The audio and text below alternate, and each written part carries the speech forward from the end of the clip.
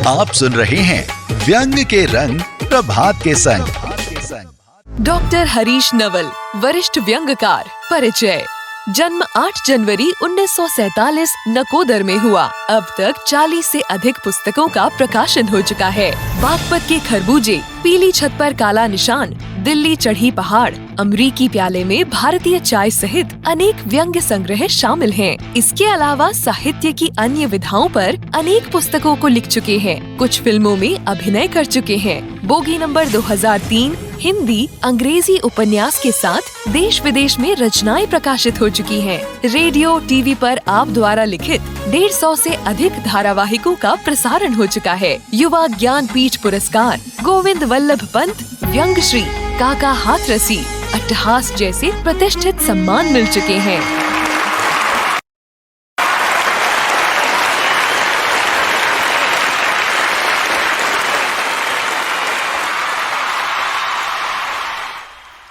नमस्कार साथियों, मैं हूं आपका दोस्त प्रभात। व्यंग के रंग प्रभात के संग कार्यक्रम में आज हमारे साथ हैं समकालीन व्यंग्य के सशक्त हस्ताक्षर हरीश नवल जी।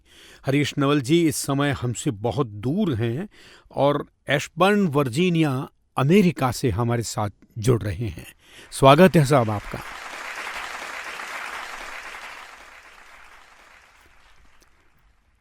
नमस्कार। हम लोग जी, भौगोलिक दूरी अवश्य है, लेकिन हम आत्मा बिल्कुल जी बहुत बिल्कुल अच्छा लग बिल्कुल बिल्कुल। बॉक्स एफएम से जुड़कर कैसा लग रहा है आपको?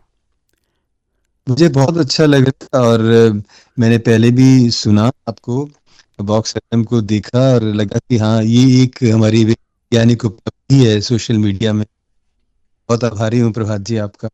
जी जी, बहुत अच्छा हमको भी लग रहा है कि आज जबकि इलेक्ट्रॉनिक मीडिया में जो विकास हुआ है उसके माध्यम से दृश्य श्रव्य माध्यम को अधिक लोग तवज्जो देते हैं, लेकिन हम एक बार फिर से अपने श्रोताओं को रेडियो की ओर वापस ले जा रहे हैं।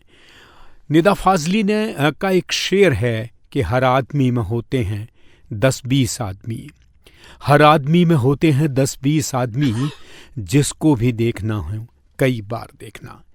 आपके भीतर एक व्यंग्यकार था, एक कवि था, एक गिटार वादक था, एक गायक था और एक अभिनेता था। आपने अपने भीतर किसको चुना और उसके पीछे कोई खास वजह रही हो तो हमारे श्रोताओं से आप शेयर करें। जी प्रभात, ये बहुत ही सुंदर और महत्वपूर्ण प्रश्न आपने पूछा है। ऐसा जैसे सभी लोग प्राय कविता से ही आरंभ करते हैं, तो मेरी भी साहित्यिक रुचियां का जो विकास है वो कविता के माध्यम से हुआ, किंतु फिर उसके बाद मुझे लगा कि मैं गद्य मुझे ज़्यादा सुविधा है उसमें लिखने में। और जब कुछ बड़े लेखकों ने, मेरे अध्यापकों ने मेरे गद्य की प्रशंसा की, तो मुझे कहानी की तरफ मेरा झुकाव था। मैं कुछ कहानियां लिखी और दिल्ली विश्वविद्यालय में जब मैं कॉलेज में गया तो मुझे 3 बार सर्वश्रेष्ठ कहानीकार के पुरस्कार भी मिले, और मिले भी मोहन राकेश, राजेंद्र अवस्थी और राजेंद्र यादव जैसे जो बड़े लेखकों के हाथों। वो हमारी पहली पीढ़ी के थे, हमारे से पहले के। तो ये लगा, फिर तभी एक सभा में जैनेन्द्र जी ने सुना तो उन्होंने कहा कि तुम व्यंग्य अच्छा लिख सकते हो। तो ये वाक्य मुझे कई बार सुनने को मिला। डॉक्टर स्नातक और रविन्द्रनाथ अश्क एक विद्यालय में, तो वहां भी जब मैंने अपनी एक कहानी पढ़ी तो वहां भी आ गया मुझसे ऐसे इतने बड़े दिग्गज साहित्यकारों और आलोचकों ने कि व्यंग्य लिखो। और फिर मुझे पता नहीं था कि व्यंग्य क्या होता है, वो तो आज तक भी नहीं पता चल रहा है, अभी भी खोज ही रहा हूँ। जी, आपने बहुत अच्छी बात कही है। और इससे पहले कि हम इस बातचीत के सिलसिले को और आगे बढ़ाएं, सुनते हैं आपके एक ख़ास सहयोगी, आपके ख़ास दोस्त, आपके पड़ोसी आपके बारे में क्या कहना चाह रहे हैं। जिसे आप 5 दशक से भी अधिक जानते हो, ऐसे व्यक्ति को 5 मिनट भी ना देना और कहना कि 2 मिनट में अपनी बात कहें, तो ये ऐसे ही है जैसे किसी से कहना कि आप छोटे से लोटे में एक बहुत बड़ा सागर भर के दें। खैर, अपनी अपनी व्यवस्थाएं हैं। हरीश नवल मुझे एक ऐसी किताब लगते हैं जो देखने में पहली नजर से लेकर आखिरी नजर तक आकर्षक, लुभावनी, पठनीय, सरल एवं प्रिय लगती है।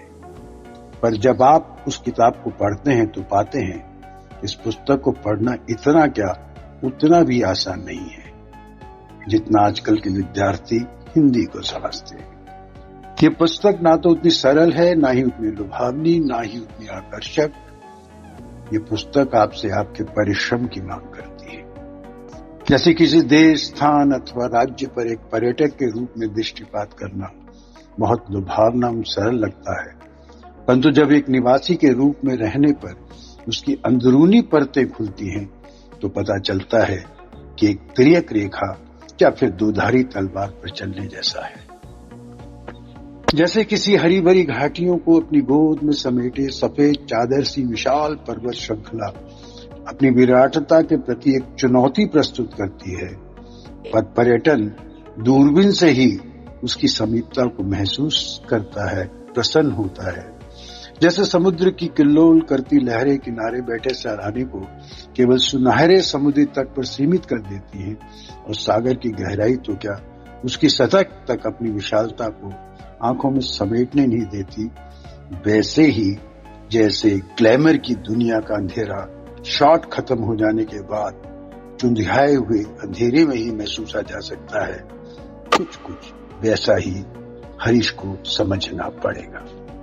हरीश से मिलना, उसकी मनमोहक मुस्कान, उसके प्रति प्रशंसात्मक वाणी में खो जाना हरीश को जानना नहीं है। हरीश को जानने के लिए हरीश नवल खुद होना पड़ेगा।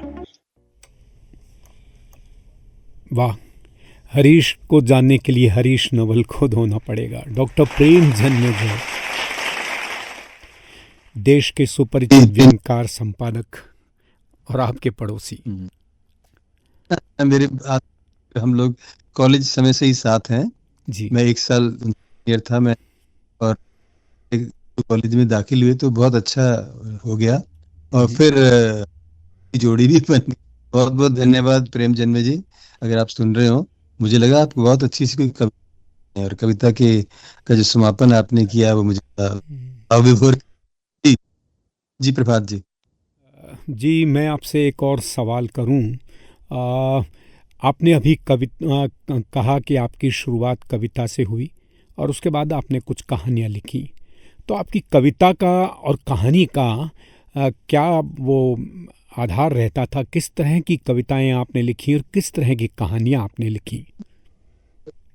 प्रभात जी, ऐसा था कि देहरादून से एक पत्रिका निकलती थी, हितकारी। तब मैं 9वीं कक्षा में था जब मैंने अपनी पहली कविता वहां भेजी थी। और उस कविता का उदय भी इसलिए हुआ था कि हमारे एक अध्यापक थे जो बाद में मेरे गुरु ही बन गए। यानी वैसे अध्यापक भी गुरु ही होता है, पर फिर भी थोड़ा भेद होता है दोनों में। वो आध्यात्मिक विभूति थे। तो सर्वहितकारी देहरादून के शहंशाह आश्रम की पत्रिका थी, तो एक उसमें आध्यात्मिक पत्रिका थी। तो धर्मानु जी ने कुछ जो चीजें जीवन में बताई थी, जीवन के नियम, सिद्धांत इत्यादि, उनको लेकर के मैंने कुछ सोचा था और अपने आप कविता निकली, वो मैंने भेजी। तो सर्वहितकारी में छपी और उसके बाद देहरादून के एक बड़े उस समय के रचनाकार सुखबीर विश्वकर्मा जी, उनका उसमें पत्र छपा मेरी कविता के बारे में। तो उनको तो नहीं मालूम था कि मैं अभी 9वीं कक्षा का विद्यार्थी हूँ, पर मुझे बहुत अच्छा लगा। तब मैं हरीश कुमार नवल लिखता था, कुमारत्व तो तब था भी। तो वो बस मैं उसमें छपने लगा। तो कविता की शुरुआत में जो कविताएं लिखी वो कुछ अध्यात्म वाली हैं, जिसको मैं उतना जानता नहीं था, लेकिन गुरुजी से उनके बारे में सुनता था और कुछ अभ्यास करता था, तो उसके मंथन से निकली थी। तो वो कई साल चला। तो बाद में कॉलेज में आने पर मैंने कहानी लिखी, मुझे शिकायत नहीं। मैं बस में सफर कर रहा था, बस में बहुत सारे संकेत लिखे होते हैं ना, कि शिकायत की नोटबुक कंडक्टर के पास है, ऐसे बैठिए वैसे बैठिए, कुछ ऐसा तो नहीं है। तो ऐसे कई सारी उसमें लिखे होते हैं, उसको सीट दीजिए, उसको फलाना। तो उसको लेकर के पता नहीं क्या हुआ कि मैंने जब कॉलेज से घर लौटा और लौट करके मैंने उस बस का ध्यान करके उन्हें, तो उसमें जो था ना कि कोई शिकायत हो तो कंडक्टर के पास शिकायत पुस्तिका है, तो मैंने मुझे शिकायत नहीं है उसको लेकर के एक ताना बाना बुना गया। और जो पारिवारिक और सामाजिक स्थितियां थी उस समय की, यानी ये बात है 1964 की, 65 की, 64-65 की।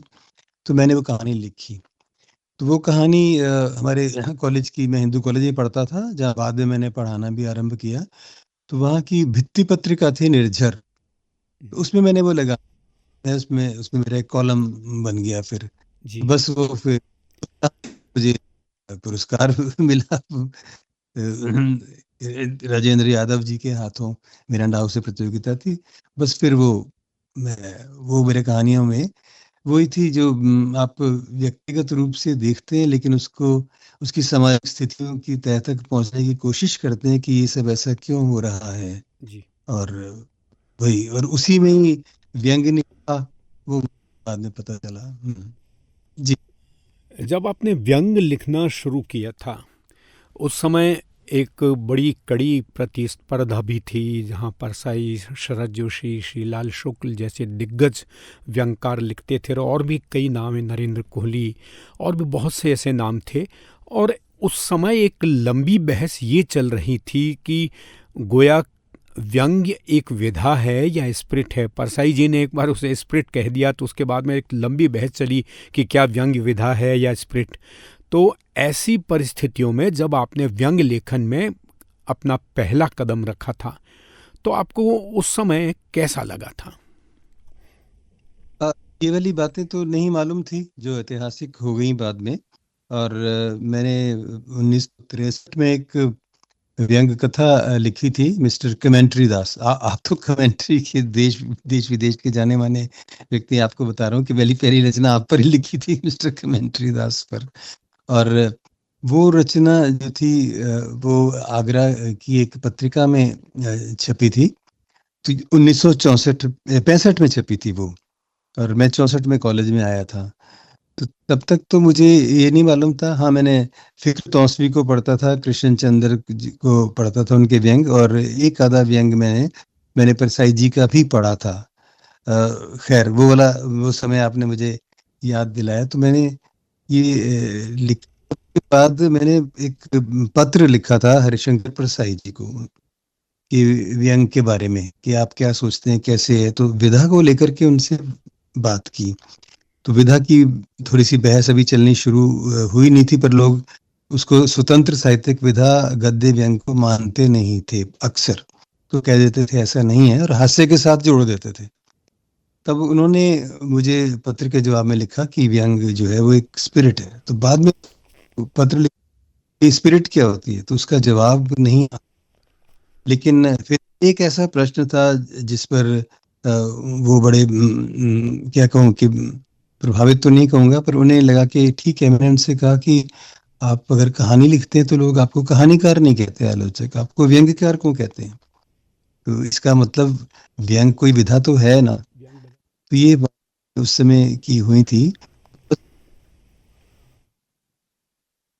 हमारे कुलीग थे कॉलेज ऑफ, तब मैं कॉलेज ऑफ वोकेशनल स्टडीज में पढ़ाता था हिंदू कॉलेज से पहले। तो प्रेम जन्मेजय, रमेश उपाध्याय और मैं, हम तीनों ही साथी थे, उसमें कुलीग्स थे। तो हम तीनों ने फिर वो किया, एक सेमिनार किया, संगोष्ठी की 1975 में, 75 में, क्या व्यंग एक स्वतंत्र साहित्यिक विधा है। तो उसमें रविन्द्रनाथ त्यागी जैसे, नरेंद्र कोहली जैसे मूर्धन्य व्यंग्यकार शामिल हुए, डॉक्टर विजेंद्र स्नातक जैसे, सुधीश पचौरी जैसे 2 पीढ़ियों के आलोचक उसमें थे, और कन्हैयालाल नंदन जैसे, भरत जी जैसे संपादक उसमें थे। काफी लोग, अजित कुमार जी भी थे जो मुझे ध्यान आ रहे हैं। तो तब एक लंबी बहस हुई थी जिसके निष्कर्ष में ये निकला कि हाँ, व्यंग एक स्वतंत्र साहित्यिक विधा है। और धर्मयुग ने फिर उसकी रिपोर्ट की, तो वो एक चर्चा का विषय बना। बस फिर ये हम लोगों ने भी ये चुनौती स्वीकार की कि भाई ये सब लोग लिख रहे हैं तो ठीक है, हमेशा होता ही है। तुलसी के युग में भी बहुत लोगों ने लिखा, और में भी हम लोगों ने आरंभ किया। परसाई जी ने भी किसी और युग में लिखा, जो बरसाने वो बेड़ा बनारसी इत्यादि सब लिख रहे थे। तो ये तो सिलसिला चलता ही है। और उसमें चूंकि ज्यादा गला काट प्रतियोगिता नहीं थी उस समय, ऐसा था प्रभात जी, व्यंग्यकार एक दूसरे को प्रमोट करते थे। बहुत अभी तो ये स्थिति है, एक ही मैं देखता हूँ डिमोट करते हैं, तो वो बड़ा दुखद सा होता है, अवसाद होता है। पर उस समय हम एक दूसरे को आगे बढ़ाते थे कि नहीं, क्योंकि चिंता थी कि व्यंग को हिंदी व्यंग को कुछ आगे लेकर के जाना है। तो एक थोड़ा सा कार्य जो है गिलहरी वाला उसमें। श्रोताओं, बॉक्स एफएम पर व्यंग के रंग प्रभात के संग कार्यक्रम हर बुधवार को शाम को 4 से 5 बजे तक होता है। लेकिन क्योंकि हरीश नवल जी बहुत दूर अमेरिका से हमारे साथ जुड़े हैं और वहाँ बहुत अलसुबह होती है, इसलिए हमने शो का समय 5 बजे रखा। और आप में से जो भी श्रोता हरीश नवल जी से कोई सवाल करना चाहे तो 73390969 पर अपनी आवाज़ को हम तक पहुँचाएँ और पूछें। और उसके अलावा चैट रूम में भी आप चाहें तो अपना सवाल पूछ सकते हैं। बातचीत का सिलसिला हम आगे बढ़ाते हैं। इससे पहले आइए सुनते हैं हरीश नवल जी का एक प्यारा सा व्यंग्य। मैं कॉलेज से छुट्टी लेकर अपनी पढ़ाई पूरी कर रहा था। उन दिनों तोशी मासी, वही मेरी पत्नी की मौसी संतोष पाल, हमारे घर आई। पहली बार आई थी, अतः पत्नी ने खातिरदारी में कसर न छोड़ी थी। मौसी को पधारे चौथा दिन था। मैं अपने कमरे में पढ़ रहा था।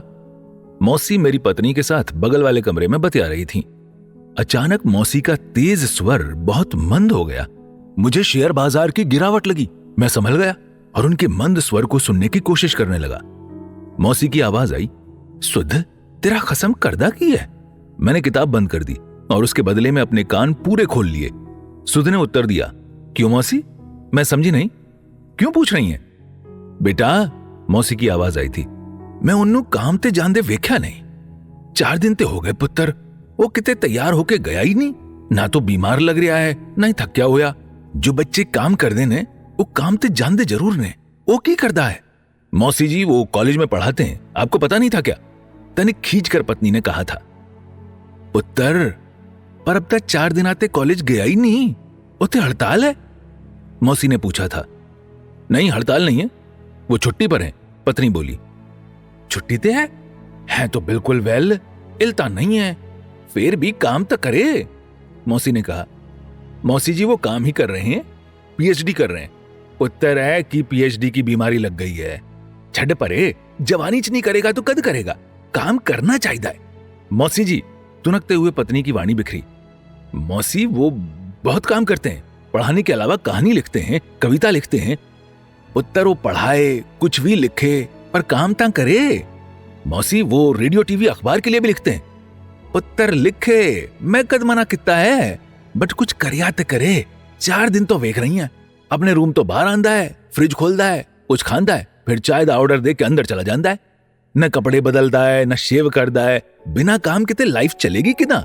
उन्नु कह के काम भी करे। लगभग गुस्से में भरी पत्नी की आवाज आई थी। मौसी जी, कितनी बार बताऊं कि वो इतना। बीच में ही मौसी जी का ऊंचा स्वर आ गया। उत्तर, मैं बेवकूफ नहीं हूं, मैं जान दिया, प्रोफेसर है, कॉलेज च पढ़ांदा है, ठीक है, प्रोफेसरी करे, पर कुछ कम भी ता करे। मैं कई लेक्चरार आना, प्रोफेसर आना जान दी हां, जो पढ़ांदे भी हैं, पर काम भी कर देने। एक प्रॉपर्टी डीलर है, 2 कारें ने ओदे पास। तेरा हाले स्कूटर ते ही है। एक ने परचून दी दुकान खोली हुई है, ओदी भी कोठी बन गई है, 250 गज दी। ओ मलावी दा जवाई भी नवा लेक्चरर है, वो भी लाटरी दा काम करदा है। सारे इंटेलिजेंट काम करदे हैं, बस एक तेरा ही नहीं करदा। मैं तेरे पले दी कह रही हैं, कल नू बच्चियां दी शादियां भी करनियां हैं। तू सोच सुधा, कुछ सोच। सुध ने सोचा या नहीं सोचा, पर मैंने काम के बारे में सोचते सोचते कान बंद किए और किताब खोली। पर उसके हर पृष्ठ में यही प्रश्न लिखा था, तुसी कर दे की हो, तुसी कर दे की हो। तुसी कर दे की हो। और बहुत रोचक व्यंग्य सुना, तुसी कर दे की हो। हरीश नवल जी का ये एक बहुत पुराना व्यंग्य है, लेकिन आज भी जब भी आपके व्यंग्य की कोई चर्चा होती है तो ये व्यंग्य उभर कर सामने हमारे कानों में गूंजने लगता है। आ, अगला सवाल हरीश जी आपसे मैं करने जा रहा हूँ। आपने बागपत के खरबूजे इस कृति से बहुत लोकप्रियता हासिल की और इसके साथ ही आपको उस दौर में युवा ज्ञानपीठ पुरस्कार से नवाजा गया। इस कृति के जी पीछे क्या खास बातें थी जिससे कि आप इसको बेहतरीन बना सके? हमारे श्रोताओं से अगर आप साझा करना चाहें तो अच्छा लगेगा। जी प्रभात जी, धन्यवाद। प्रश्न भी मुझे अच्छा लगा, क्योंकि बागपत के ने सचमुच वो इतना प्रसिद्ध हो गई थी वो पुस्तक कि मेरे से ज़्यादा बागपत के खरबूजे को जानते थे, हरीश नवल को कम जानते थे। जी। और अभी भी 1987 में ये मुझे पुरस्कार मिला था। हम्म, तो 1987 से लेकर अब तक इतने बरस हो गए हैं, पर अभी भी मैं कहीं जाता हूँ देश विदेश, तो दोस्तों को, लोगों को याद होता है, वो बागपत खरबूजे की बात करते हैं। हम्म, ये एक एक, एक प्रतियोगिता है। मुझे बड़ी संतोष होता है कि ये एक प्रतियोगिता में मैं था, निर्वाचन में या चयन में। उस प्रतियोगिता में 48 कृतियां जो हैं वो देश भर से चुनी गई थी, जो लोगों ने भेजी, व्यंग संग्रह इत्यादि। तो उसमें ये था कि कम से कम 100 पृष्ठों की होनी चाहिए। तो उसमें मैंने भी भेज दिया, बल्कि मैंने बिल्कुल आखिरी दिन ही भेजा। मुझे लगता नहीं था कि मेरे पास इतनी रचनाएं भी हैं कि जिनमें से 100 पृष्ठ हो जाएं। तो फिर मैंने खोजी, कुछ मेरे मित्रों ने, प्रेम जन्मेजय ने, प्रभात कुमार जी ने भी मेरी रचनाएं खोजी और हमने उसको फटाफट टाइप वगैरह करवा के बड़ी, फिर मैं और मेरी पत्नी जमा कराए। और उसके बाद हम लोग तो मसूरी में बैठे हुए थे, जब अचानक फोन आया कि आपकी 50 फोटोज चाहिए। तब ये वाली सुविधा नहीं थी कि एक से अनेक वाली, जो फोटो एक दे दो और सब जगह छप जाए, ऐसा हो जाए। तो मुझे लगा कि मुझे दिमाग में आया कि फोटो मांग रहे हैं, कह रहे ज्ञानपीठ से कोई व्यक्ति बोल रहा है। तो मुझे लगा कि शायद शायद कुछ बागपत खरबूजे को हुआ है। पर वो उस समय संकलन का नाम मैंने बागपत खरबूजे नहीं रखा था।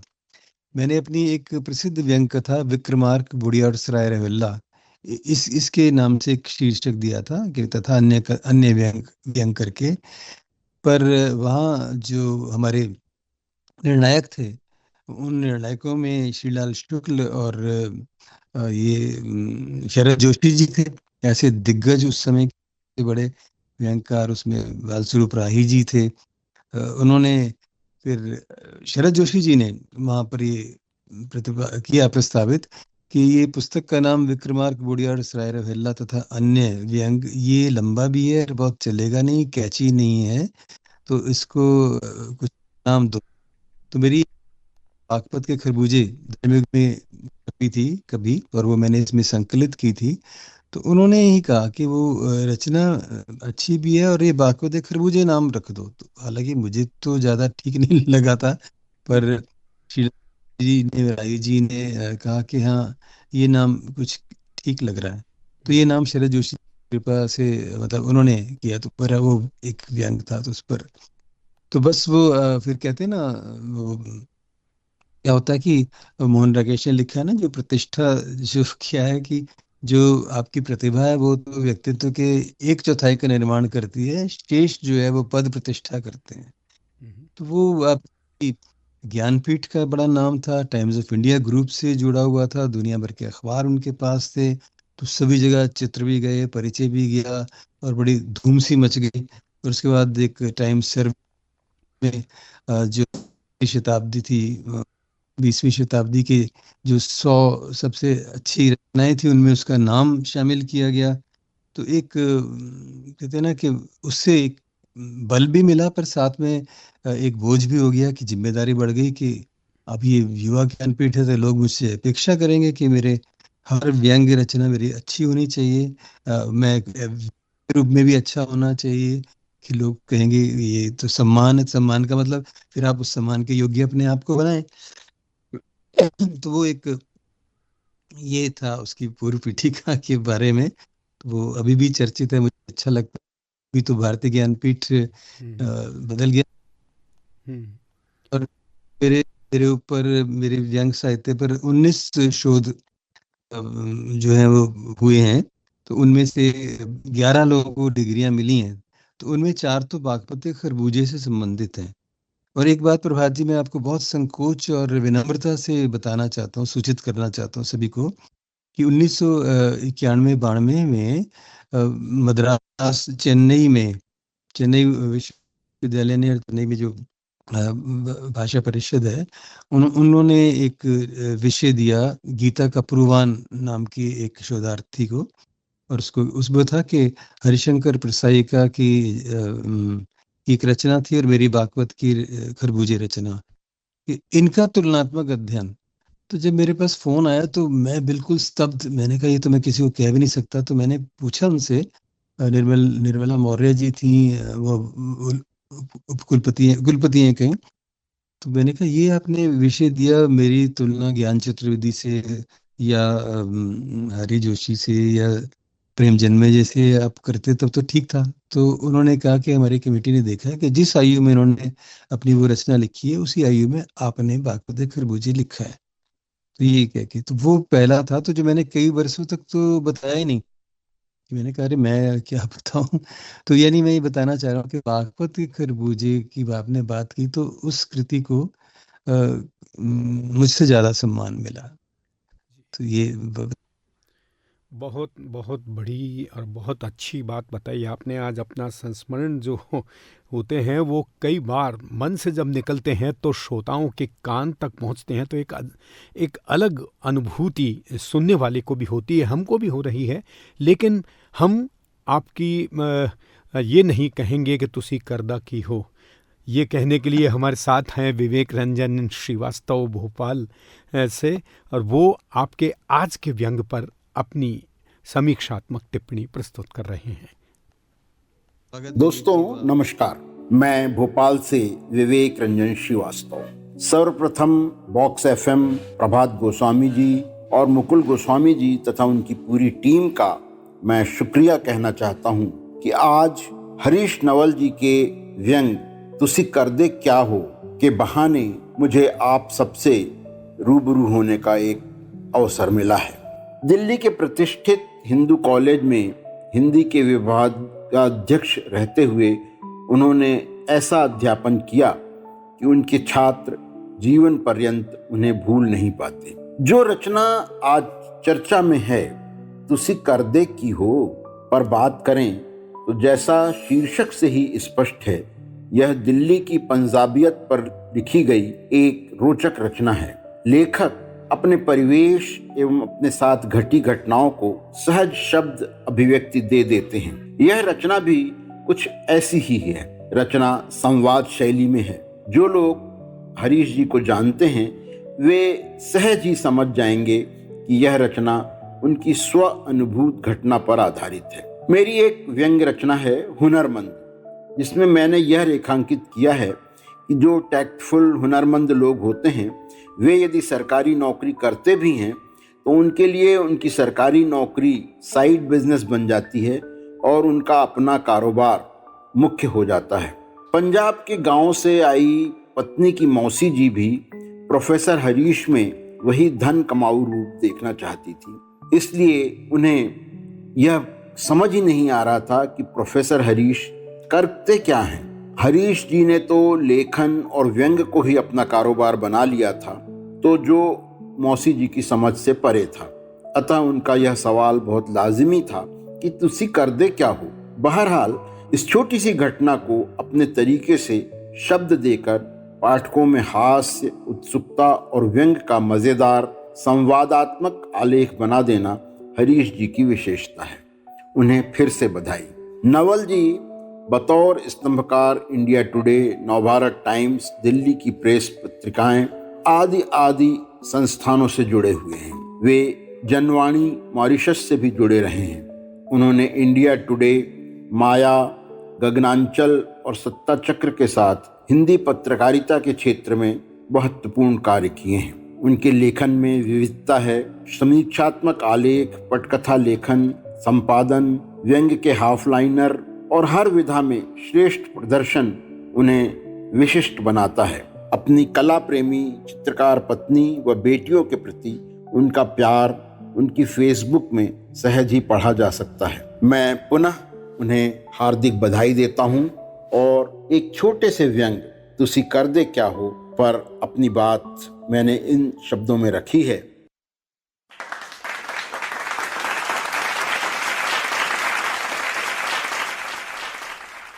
सर, बातचीत का सिलसिला हम आगे बढ़ाएंगे, लेकिन इससे पहले कुछ और लोग हैं जो आपके बारे में कुछ कहना चाहते हैं। आइए सुनते हैं। मैं पुष्पा गोस्वामी, स्वतंत्र पत्रकार और पूर्व उपनिदेशक डीपीआर। नवल सर के साथ हमारा जो संपर्क है वो विदेश यात्राओं के दौरान हुआ। मैंने लगभग उनके साथ 10 से 12 विदेश यात्राएं करी हैं और हम भाग्यशाली समझते हैं कि उनसे हमारी मुलाकात हुई और उनसे हमारा संपर्क बढ़ा, क्योंकि हर बार हमें बहुत कुछ सीखने को मिला। उन्होंने पत्रकारिता में भी काम किया है और जहां तक लेखन का प्रश्न है, हरीश सर का इतना व्यापक अनुभव है और पुरस्कार तो जब हम देखते हैं कि उनके घर में जो पुरस्कार लगे हुए हैं, मेरे ख्याल से इतने पुरस्कार किसी भी व्यक्ति को नहीं मिले। मैं पुष्पा गोस्वामी, स्वतंत्र पत्रकार और पूर्व।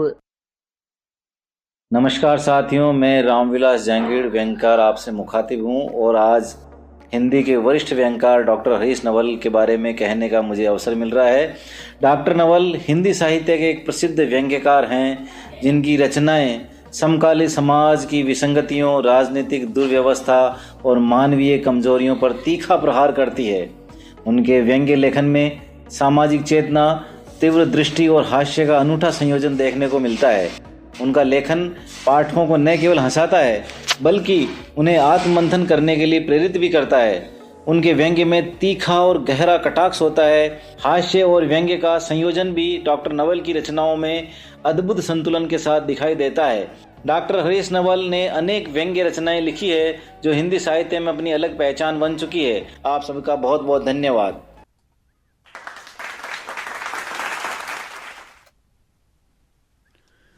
तो ये थे हमारे कुछ साथी जिन्होंने आपके बारे में कुछ अपनी मन की बात जो थी वो कही। हरीश सर, एक सवाल ये भी उठता है कि आप की प्रशस्ति तो हुई बागपत के खरबूजे से। आप रहते दिल्ली में हैं जहाँ पर राष्ट्रीय ही नहीं अंतर्राष्ट्रीय नज़रें टिकी रहती हैं। एक बड़ा शहर था जो अब राज्य बन चुका है। ऐसे में भीड़ भाड़ के बीच में, अन्य व्यवस्थाओं के बीच में आप अपने विषय कैसे तलाशते थे? जी, प्रभात जी, पहले तो मैं विवेक रंजन श्रीवास्तव, पुष्पा गोस्वामी जी और राम शब्द ज्ञापित कर दूं। बहुत अच्छे ढंग से उन्होंने अपनी बात मेरे विषय में कही है, उनका बहुत बहुत धन्यवाद। और आपने जो बात पूछी कि इतने बड़े महानगर में और इतनी बड़ी भरी भीड़ में आपने कैसे विषयों को चुना। और देखिए क्या है कि मैं जिस शहर में रहता हूँ दिल्ली में, दिल्ली ऐसा शहर है कि वहाँ बहुत तरह के प्रदूषण है ना, राजनीति से लेकर के, समाज से लेकर के, धर्म से लेकर के और वातावरण के प्रदूषण से लेकर के कई सारे प्रदूषण है। तो जहाँ पर भी मैंने पहले भी कहा है कि जो व्यंग्यकार है वो तो बड़े रमणीक स्थल नहीं खोज पाता, क्योंकि उसको कोई छायावादी कविता नहीं लिखनी होती, सुरम्य जगहों पर वो नहीं जा पाता। वो वहाँ जाता है जहाँ कूड़े के ढेर लगे हैं, जहाँ दुर्गंध आ रही है, नाला गंदा नाला बह रहा है, तो उस कीचड़ में से उसको कमल खिलाने होते हैं। वो वहाँ से अपने उठाता है अपने भावों के साथ जो विद्रूप है, जो व्यंजक है, जो ऐसी स्थिति है जो बर्दाश्त के बाहर हो रही है और लोग उससे टसमसा रहे हैं, तब वो वहाँ से चुनता है। तो इसके लिए बस वो एक ऐसी दृष्टि जरूर होनी चाहिए जिसको मैं कहता हूँ सूक्ष्म वेधी दृष्टि। यूँ तो सभी साहित्यकारों के पास वो दृष्टि होनी चाहिए, पर व्यंग्यकार के पास वो थोड़ी सी ज़्यादा पैनी होनी चाहिए, क्योंकि उसको सिर्फ एक्सरे नहीं करना होता, उसे कैट स्कैन करना होता है कि ये ऐसा हुआ क्यों, ये व्यक्ति चोर क्यों बना, ये व्यक्ति यहाँ पर आके इतना भ्रष्टाचारी क्यों है, कौन सी ऐसी स्थितियां हैं जिसने इसको ऐसा बनाया, और उन स्थितियों के जिम्मेदार कौन है, और उस जिम्मेदारी में हम कहाँ हैं। यानी ये एक बड़े गूढ़ प्रश्न होते हैं।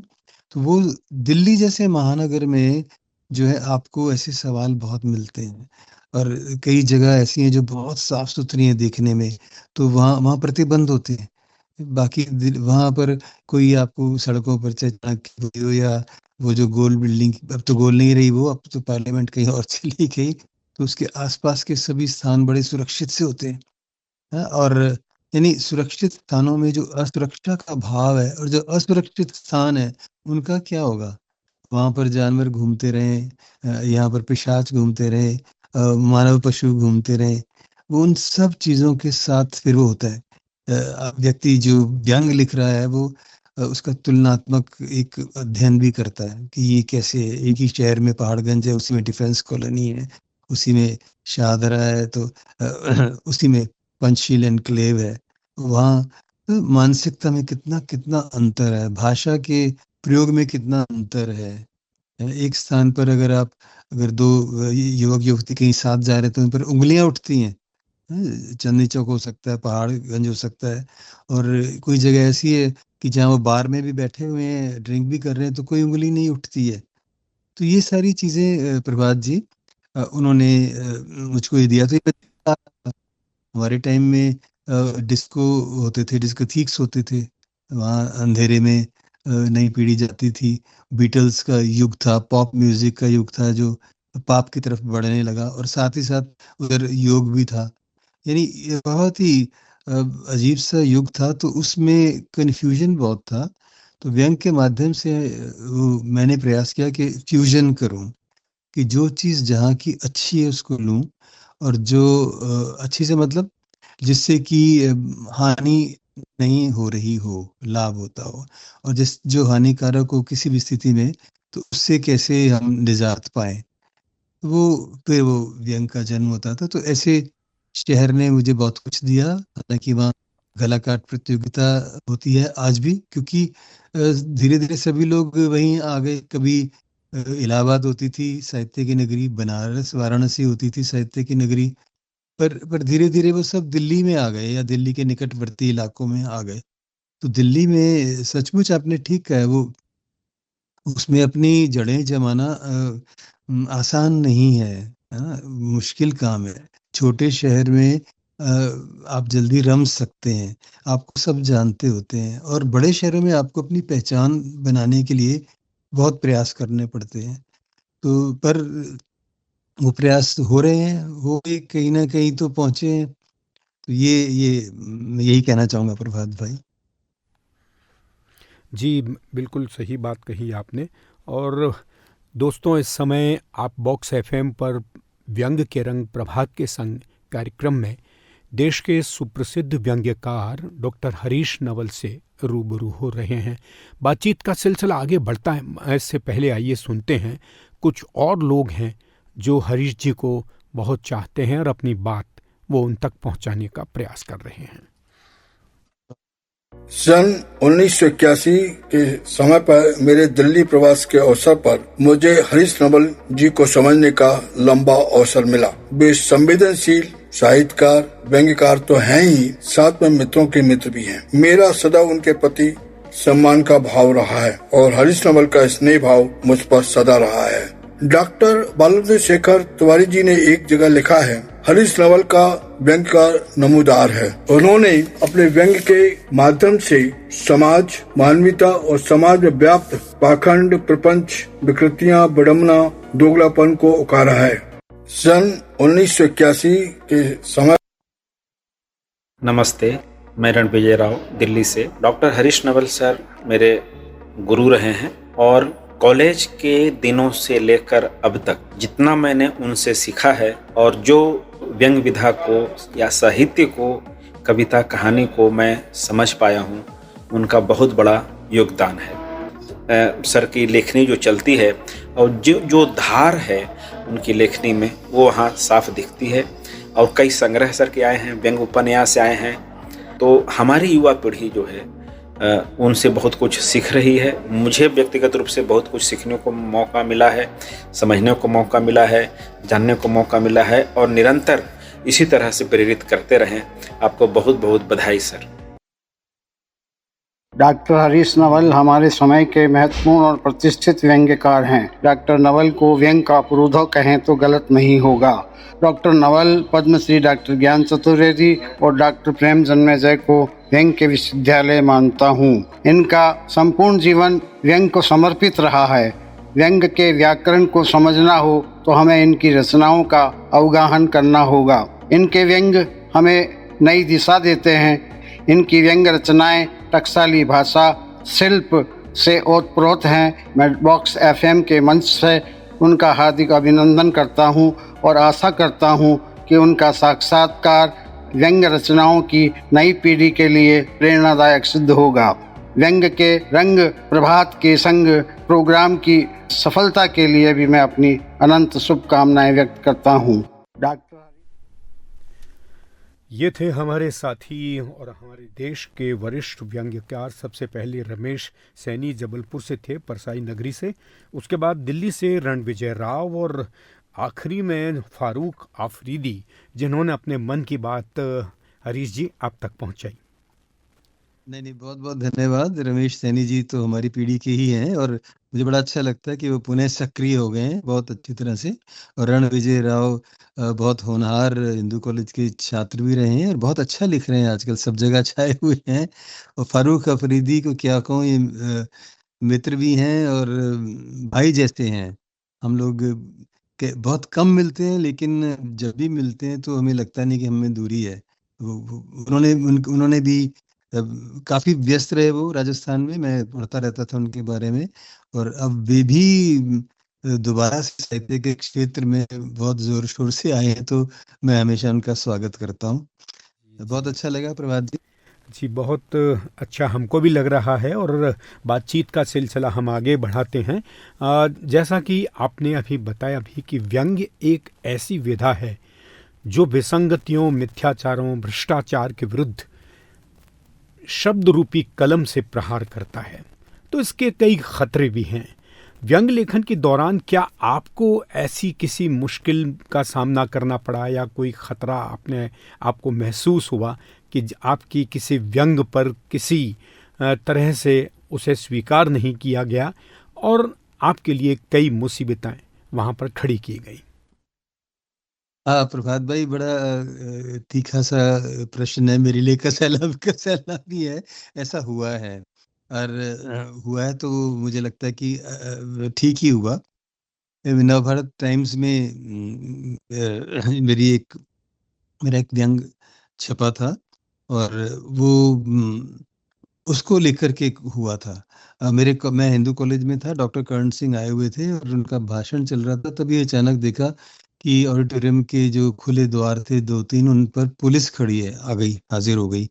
और फिर एक पुलिस वाला धीरे से वहां आया, धीमे धीमे चलता हुआ, और आकर के मेरे साथ ही खड़े व्यक्ति से पूछ रहा था कि हरीश नवल कौन है। तो उसने मेरी तरफ इशारा किया तो मैं उसके साथ वापस बाहर आ गया। तो उन्होंने फटाफट बाहर आया, देखा 10-11 पुलिस वाले थे और एक मोटरसाइकिल पर सब इंस्पेक्टर थे।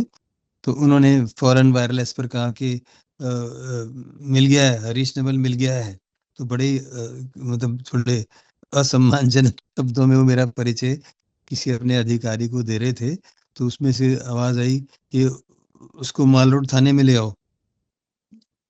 तो मेरे साथ जब मैं चला तो मेरे साथ साथ कुछ विद्यार्थी और एक प्राध्यापक भी आ गए थे, ये सोच के कि पुलिस के साथ ये हरीश क्यों जा रहे हैं। तो मेरे विद्यार्थियों ने थोड़ा प्रतिरोध किया और उसके बाद वो बहुत सारे विद्यार्थियों को बुला लाए। तो वहाँ 30-35 छात्र आ गए, 4-5 अध्यापक आ गए। तो मैंने पूछा, बताइए क्या बात? ये कहते नहीं, आपको थाने में जाना पड़ेगा। पर बात क्या है? तो मैंने कहा नहीं, हम नहीं जाएंगे। विद्यार्थियों ने कहा कि हम सर को जाने नहीं देंगे, जिनको आना है वो यहाँ आके उनसे बात कर लेंगे। फिर उसके बाद जीप में बैठकर के जो वहाँ थाने के अधिकारी थे वो आए और आकर के मैं जब आए मुझसे मिले तो वो थोड़े से अदब में आ गए। जब कॉलेज के भीतर प्रवेश किया, जब देखा टीचर्स को, सबको, तो उन्होंने मुझसे कहा कि मैं आपसे कुछ पूछना चाहता हूँ। तो मैं कहा पूछ लीजिए। कहते नहीं, सबके सामने नहीं। मैंने कहा सबके सामने ही पूछिए। कहते नहीं। तो फिर मेरे प्रताप सिंह जी हमारे स्टाफ एसोसिएशन के अध्यक्ष थे, वो कहते हैं हरीश, इनको स्टाफ रूम के भीतरी स्टाफ रूम में ले जाओ, हम बाहर बैठे हैं। तो हमारे हिंदू कॉलेज में बड़े स्टाफ रूम के भीतर एक छोटा स्टाफ रूम और है जहाँ हम अपने पुस्तक वगैरह लिखते हैं या वहाँ पर अपने नोट्स वगैरह बनाते हैं या बच्चों को पढ़ा देते हैं। तो वहाँ मैं बैठ गया, तो हम दोनों अकेले हो गए। तब उसने कहा कि देखिए ये रचना आपने लिखी है। तो उसने वो टाइम्स की वो जो कटिंग थी मेरे सामने रख दी। वो जो उस समय की एक प्रमुख पार्टी थी राजनीतिक, उसके उस पर लिखा था। तो उन्होंने कहा कि ये आपने ऐसा क्यों लिखा और ये तो गलत बात है। मैंने कहा व्यंग में गलत कहाँ, जो जैसा वो देखा जाता है, जिसको सुधार की आवश्यकता होती है उसको व्यंगकार लिख देता है। मैंने कहा आपको तो व्यंग की समझ है जो आप इस तरह से बात कर रहे हैं व्यंग के बारे में। तो उन्होंने कहा कि ऐसा है कि आप ना अध्यक्ष जी से बात कर लीजिए। तो उन्होंने मेरी बात कांग्रेस के अध्यक्ष से कराई वायरलेस पर। तो कांग्रेस के अध्यक्ष जी ने बड़े सम्मान पूर्वक मुझसे बात की और कहा कभी आप मिलिए, आइए और देखिए ऐसा क्या है भैया, हम तो फलाने ज़माने में जो कांग्रेस का सेवा दल का बैंड था उसके बैंड मास्टर थे, पर आपने खुलेआम ऐसी चीज़ें लिख दी। अच्छा, मुझे पता भी नहीं था कि वो कभी सेवा दल में थे या बैंड मास्टर थे। मैंने तो एक कहावत के रूप में बैंड बजा रहे हैं लिखा था, कांग्रेस के बैंड बजाते थे, वो सारी चीजें लिखी थी। और उसकी आखिरी लाइन थी मतलब कि मतलब सब कुछ है पर पटरी कहाँ है, मतलब डिब्बे भी तैयार हैं, गाड़ी भी तैयार है, इंजन भी तैयार है, पर पटरी कहाँ है, ये आखिरी पंक्तियां थी। तो उसको लेकर के उन्होंने फिर ये काफी, वो थोड़ा मुश्किल था। और ऐसे ही मैं जिन दो कॉलेजों का अनुभव है, वोकेशनल कॉलेज का, हिंदू का, कि वहाँ पर व्यंग्यकार होने के नाते और जो व्यंग की भाषा निकलती थी उसके कारण जो पद मुझे वहाँ मिल सकते थे बड़े, वो नहीं मिले।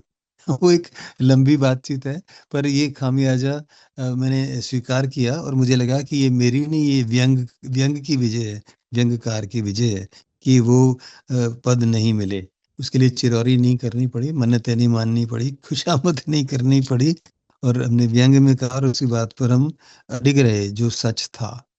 तो ये समझ लीजिए ऐसे खामियाजे भुगतने तो होते ही हैं जब आप बहुत स्पष्ट लिखते हैं और लोग आपको छीन लेते हैं, पकड़ भी लेते हैं। और जब पुलिस ही आ जाए तो कहेंगे क्या, जब इतने बड़े व्यक्ति आपके विरोध में आ जाए, है ना।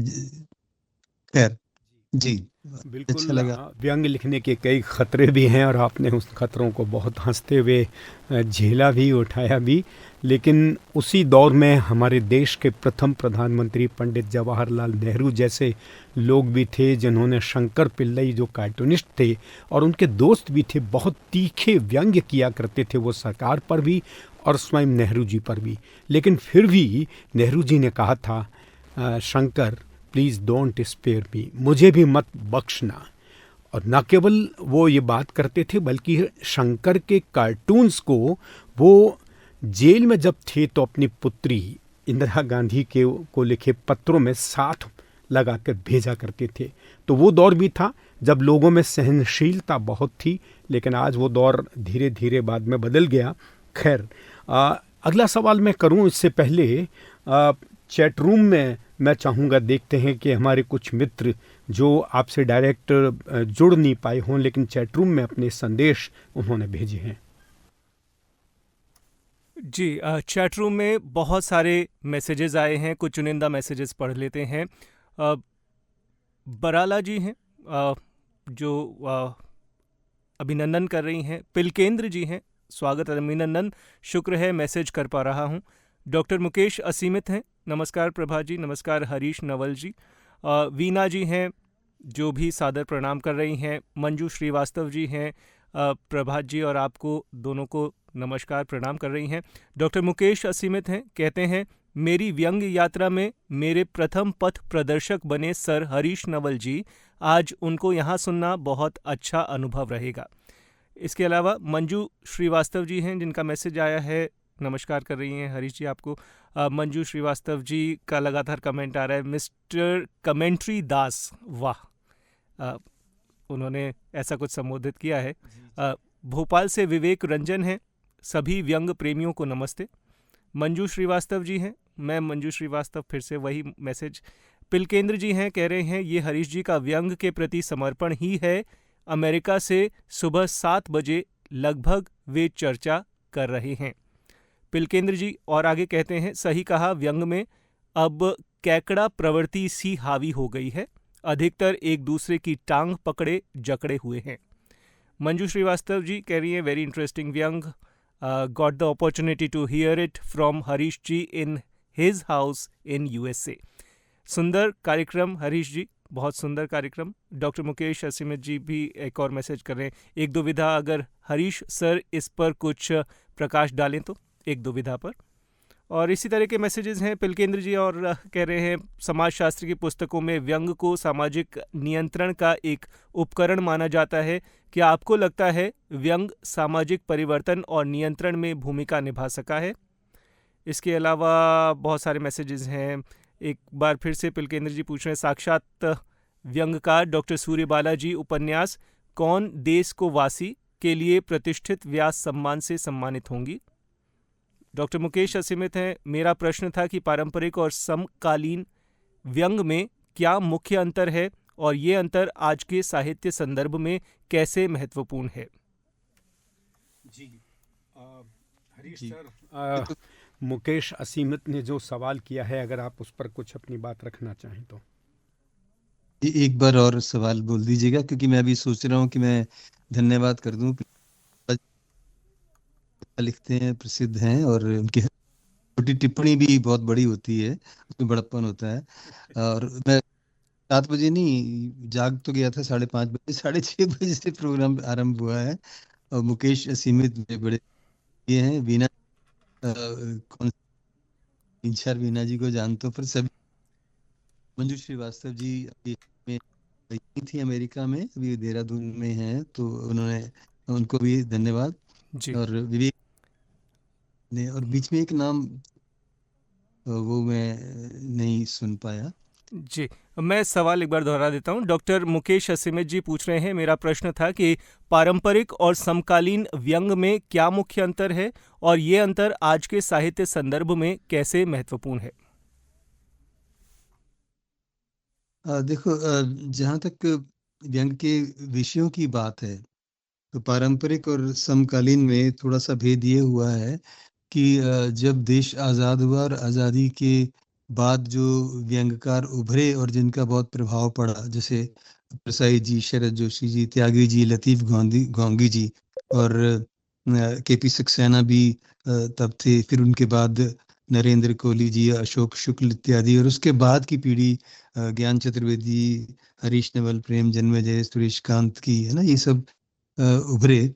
तो वो इसको हम एक परंपरा मान सकते हैं, क्योंकि उन सब के व्यंग्यों में जो राजनीति थी, यानी जो राजनीतिक माहौल की जो गहमा गहमी थी, और उसके जो ऐसे मुद्दे थे जो अच्छे नहीं थे, वो उन्होंने उठाए, और उन्होंने विनोद, हास्य, इनका मिश्रण की करके उसको पठनीय बनाया। और केवल पठनीय नहीं बनाया, फिर धीरे धीरे ये हुआ कि वो मंचों पर और सभाओं में भी जाने लगे। जैसे शरद जोशी जाते थे, केपी सक्सेना जाते थे, और कुछ हद तक फिर ज्ञान जी अपने यहाँ भी आयोजन करते थे, प्रेम करते थे, मैं अपने कॉलेज में करता था। तो ऐसे आयोजन होते थे जहाँ व्यंग पाठ भी होता था। तो वो धीरे धीरे जो बात मुकेश असीमित जानना चाह रहे हैं, तो उस समकालीन स्थिति में, चूंकि राजनीति हमारे जो देश की है, बल्कि पूरी ही दुनिया में ही ऐसा हो रहा है कि वो धीरे धीरे जो है वो अपराध की तरफ बढ़ती है, आपराधिक वृत्ति ज्यादा है। उस समय उसमें आपराधिक वृत्ति नहीं थी। भ्रष्टाचार के युग में ये था कि रिश्वत दे दो, तू मेरी पीठ खुजा, मैं तेरी पीठ खुजाऊं, वैसे करते थे। और अब क्या हो गया है कि अब नंगापन बहुत अधिक हो गया है, तो उसको हमारे जो युवा साथी हैं उसको बहुत अच्छी तरह से उकेर रहे हैं। और वो जो हिंसक हो गया है ज़्यादा, और बहुत से लोग जेल में बैठे बैठे इलेक्शन जीत भी जाते हैं, तो उसको लेकर के जो वो तो राजनीति में तो ये हुआ। और समाज में जो उस समय की जो धार्मिक व्यवस्थाएं थी और जो धार्मिक संस्थाएं थी, जो उनका योगदान था नैतिक उपदेशों में, अब क्या हुआ कि समकालीन व्यंग में समाज के कारण, व्यवस्था के कारण वो नैतिकता चूंकि कहीं नहीं है, वो नैतिकता का वो दायित्व नहीं रहा जो पहले था। नैतिकता के जो मूल्य हैं वो बदलने लगे, तो जो मूल्यों का विघटन हुआ, शाश्वत मूल्यों का, है ना, जहाँ सत्य हो, प्रेम हो, अहिंसा हो, सहिष्णुता हो, वो धीरे धीरे बदल गई। तो फिर वो पारंपरिक में ये सारी चीजें किसी ना किसी तरह से पिरोई जाती थी, और अब वो पिरोई नहीं जा पा रही। ये एक बड़ा अंतर मुकेश असीमित में देखता हूँ। तुम खुद भी ऐसा लिखते हो, उसमें भी मैं यही देखता हूँ कि अब वो पारंपरिक वो सारे शाश्वत मूल्यों से अलग बात होती है। शाश्वत मूल्य शाश्वत रहते हैं, किंतु उनका रूप बदल जाता है। तो जो रूप विद्रूप की तरफ जा रहा है, उसकी तरफ अब समकालीन लेखन अधिक है, और मैं समझता हूँ ये अच्छी बात है। हाँ, बहुत अधिक लिखना और व्यंग को बिना समझे लिखना, इसमें फर्क पड़ जाता है, क्योंकि व्यवहार के साथ साथ सिद्धांत भी चलता है, और हर अच्छी रचना के पीछे कोई सिद्धांत, कोई मिथक या कोई फिलॉसफी, दर्शन होता है। तो उस दर्शन का थोड़ा सा अभाव मैं देखता हूँ। लेकिन मैं नई पीढ़ी से जरा भी मैं उनको अस्वीकृत नहीं करता, मुझे वो प्रिय ही लगते हैं, क्योंकि वो बड़े विकट समय में, है ना, हमारा समय से ज्यादा विकट उनका समय है। इतनी प्रतियोगिता है, इतना ज्यादा कंपटीशन है कि अब संकल्प नहीं है। हमारे समय में संकल्प होते थे, अब विकल्प है, विकल्प रखने पड़ते हैं, और उन विकल्पों में से बार बार किसी एक को संकल्प बनाना पड़ता है। बहुत ही अजीब सा वातावरण है। ऐसे में भी यदि वो लिख रहे हैं उन स्थितियों के बारे में, तो मैं उनको हमेशा शाबाशी देता हूँ। बहुत बहुत धन्यवाद आपका। और अब क्योंकि हमारे पास वक्त बहुत कम है, घड़ी बहुत तेज़ी से आगे बढ़ रही है और कार्यक्रम का समय भी अब समाप्त होने जा रहा है, चलते चलते एक सवाल हरीश सर आपसे मैं पूछना चाह रहा हूँ।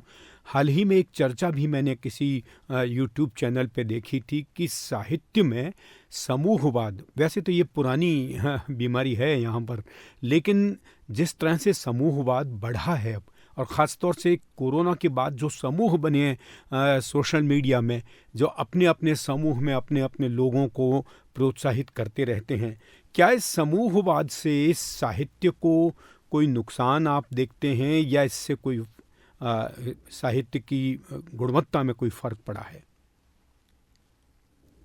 समूह तब बनते हैं जब कोई आसपास खतरा दिखाई देता है, तब जरूरत पड़ती है कि हम लोग एकजुट हो जाएं। चाहे वो समाज का कोई एक अंग हो, या कोई संप्रदाय विशेष हो, कोई धर्म विशेष हो, तो जब उन पर या उन तत्वों पर कुछ संकट आता है, तब फिर वो समूह योजना करनी होती है। ये पूरी दुनिया में ऐसा होता है, ये उसके बिना चारा नहीं होता। तो तब समूह बनते हैं, तो जो समूह बनते हैं तो कम से कम जो जो जो इसका अच्छा पक्ष है वो ये है कि वो फिर उस चीज की रक्षा कर सकने में योगदान देते हैं जिसके लिए वो बने। और दूसरी बात ये है कि इसका जो अच्छा पक्ष नहीं है, वो ये है कि समूह से समूह की टकराहट होती है, एक संप्रदाय से दूसरे संप्रदाय की टकराहट होती है, एक जाति से दूसरी जाति की टकराहट होती है ना। एक किसी खास फॉलोअर्स हैं किसी के, वो दूसरों के फॉलोअर से वो प्रतिद्वंदिता नहीं रखते, वो बल्कि द्वेष रखने लग जाते हैं। तो वो जो प्रतियोगिता जब द्वेष में परिवर्तित होती है, तब वो फिर समूहवाद लगता है कि होना नहीं चाहिए, पर वो चूंकि आवश्यकता होती है इसलिए वो बन जाता है। अब सोशल मीडिया में, जैसे आपने ठीक कहा, कोरोना के बाद सोशल मीडिया बहुत उभरा, और उसके बाद बहुत से ग्रुप बने, और वो ज़रूरी था, क्योंकि इसलिए ज़रूरी था कि एक एक जैसे मस्तिष्क वाले लोग जो हैं वो सभी तो नहीं होते, तो जैसे जैसे जो होते हैं वो बन जाते हैं, तो बहुत सी साहित्य की धाराएं बनती हैं। एक मुख्य धारा बन जाती है, कुछ हाशिए पर होते हैं, कुछ लोकप्रिय साहित्य में चले जाते हैं, कुछ मंचों में चले जाते हैं, परफॉर्मर के रूप में चले जाते हैं, कुछ पत्रिकाओं में होते हैं, कुछ केवल किताबें लिखते हैं, कुछ केवल गोष्ठियां करते हैं। तो ये वो सारे अलग अलग सोशल मीडिया के समूह जो बने हैं, वो एक नया प्रचलन हुआ। ये मुझे आपकी बात बिल्कुल प्रभावित कर रही है। तो समूह का इस हिसाब से योगदान है भी और योगदान नहीं भी है। कहीं वो अनिवार्यता जहाँ पर है वहाँ तो सुरक्षा का सवाल है। जब मैं विदेश में हूँ तो विदेश में क्या है कि यहाँ पर फिर सब एक देश वाले लोग मिल जाते हैं, चाहे वो एशिया के हों तो एशियन हो जाते हैं, भारत के हो तो भारतीय हो जाते हैं, अगर वो भारत में भी दक्षिण भारत के तो दक्षिण भारत के हो जाते हैं। तो उनको वो अनिवार्यताओं के हिसाब से होता है प्रभात जी, ऐसा मेरा मान मैं तुरंत सोच कर बता रहा हूँ जी। बहुत अच्छा लगा आपसे बातचीत करते, और किस तरह 1 घंटा बीत गया हमको पता भी नहीं लगा। बहुत से सवाल हमारे जो श्रोता हैं वो पूछना चाह रहे थे, और कई सवाल मेरे जहन में भी बाकी हैं, लेकिन समय मुझे अनुमति नहीं दे रहा है। व्यंग के रंग प्रभात के संग कार्यक्रम में आज देश के नामचीन व्यंगकार डॉक्टर हरीश नवल हमसे रूबरू हो रहे थे। आपने हमें बहुत दूर रहते हुए भी दिलों के पास आकर जिस तरह से सुबह अल सुबह जाग कर व्यंग की बातों से लोगों को जागृत किया, इसके लिए डॉक्टर हरीश नवल जी आपका बहुत बहुत आभार। व्यक्तिगत आप जी का बहुत धन्यवाद करता हूँ कि आपने इतने अच्छे सवाल की इतना अच्छा कार्यक्रम बनाया। बॉक्स एफएम को मैं साधुवाद दूंगा जो साहित्य का इतना रुचिकर और इतना महत्वपूर्ण कार्यक्रम बना रहे हैं। और आज के कार्यक्रम में प्रभात जी आपके सौजन्य से प्रेम जन्मेजय, विवेक रंजन श्रीवास्तव, पुष्पा गोस्वामी, रामविलास जागड़, रमेश सैनी, रणविजय राव, फारूक फरीदी और पिलकेंद्र अरोड़ा, मुकेश असीमित, वीना जी, मंजू श्रीवास्तव, ये सब मिल सके मुझसे और मुझे बहुत अच्छा लगा। और आपने जिस ढंग से सवाल पूछे, अब वो देखिए प्रभात वेला में प्रभात जी नहीं पूछेंगे तो कौन पूछता, तो मुझे भी अच्छा लगा बहुत। मैं बहुत बहुत आभारी हूँ आपका। सभी को प्रणाम करता हूँ। व्यंग के रंग प्रभात के संग में मैं हमेशा शामिल हूँ।